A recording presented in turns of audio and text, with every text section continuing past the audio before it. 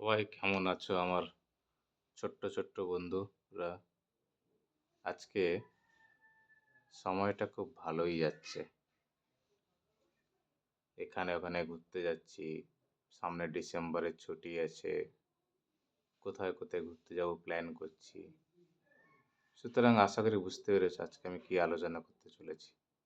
Time. তো class 4 এর বন্ধুরা, আশা করি তোমাদেরও সময়টা খুব ভালোই যাচ্ছে।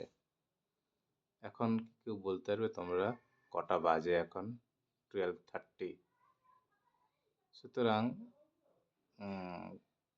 তোমাদের 25শে ডিসেম্বরে ঘুরতে যাওয়ার ট্রেন যদি 12:30-তে থাকে, তুমি যদি না দেখতে জানো, তাহলে তো খুব সমস্যায় পড়বে। সেই কারণেই কিন্তু আমাদের এই চ্যাপ্টারটা সম্বন্ধে জানতে হবে। Time to the half hour and quarter hour. So this are the things. AM PM সম্বন্ধেও জানতে হবে। দুপুর 12টা থেকেই আমাদের কিন্তু পিএমটা স্টার্ট হয়, তার আগে কিন্তু এম। আবার 60 মিনিটস মানে হচ্ছে 1 আওয়ার, হাফ আওয়ার মানে হচ্ছে 30 মিনিটস। আমরা পাশের একটা ঘড়ি দেখিয়েছি।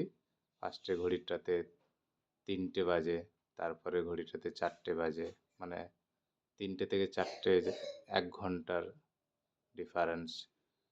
এবং পরেরটাতে আমরা দেখেছি ফার্স্টের ঘড়িটাতে 3টে বাজে, তারপরেরটাতে 3:30 বাজে, মানে 30 মিনিটস মানে হাফ আওয়ার।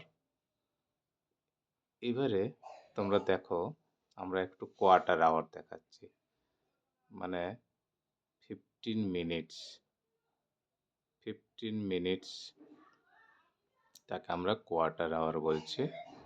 10টা 15 বাজে। আবার 1 মিনিট মানে হচ্ছে 60 সেকেন্ড। তো এই জিনিসগুলো আমাদের খুব জানতে হবে। ভীষণ ইম্পর্ট্যান্ট একটা টপিক। 1 minute 60 second. এম সাধারণত আমরা রাত্রি 12টা থেকে দুপুর 12টার আগে পর্যন্ত আমরা এই টাইমটাকে এএম বলি।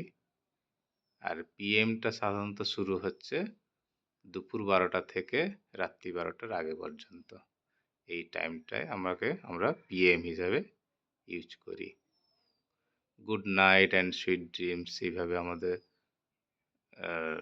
স্লাইডে লেখা আছে।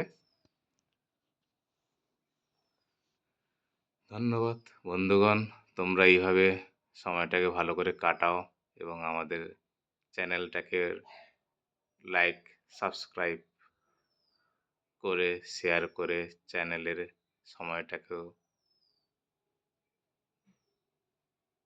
সুন্দরভাবে অতিবাহিত করো।